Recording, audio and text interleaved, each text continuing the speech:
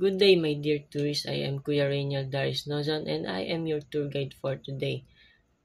But you can call me Kuya RD na lang at papaalalahanan ko lang kayo na manatili mag-ingat kung saan tayo magpunta at bawal magtapon ng basura kung saan-saan at may tamang tapunan ng basura.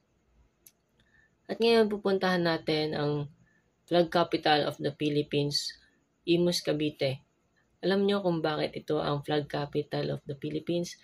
Dahil dito naganap ang Battle of Alapan, kung saan unang beses na winagayway ang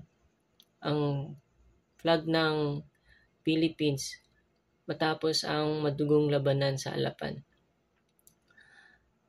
Pinangunahan ni Emilio Aguinaldo ang mga sundalo at mga tauhan nito laban sa mga Espanyol. Libo-libo ang namatay at natalo nila ang mga Espanyol. Ito ang unang beses nilang matalo ang Espanyol.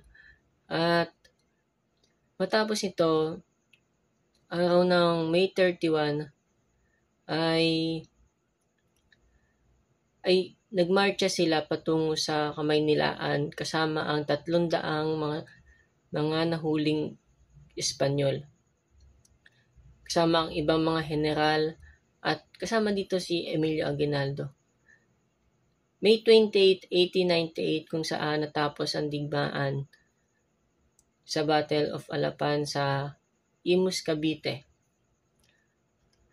At ito ay ang kapistahan at tinatawag na Kalayaan Festival. Hindi lamang sa Imus ito ginaganap, kundi ang buong Cavite ay siniselebra ito. At ito ang araw ng Kalayaan or Independence Day, May 28, 1898. Kaya mahalaga ang araw na ito para sa ating mga Pilipino, para sa atin lahat. Muli ako si Kuya Reynald Darius Nozon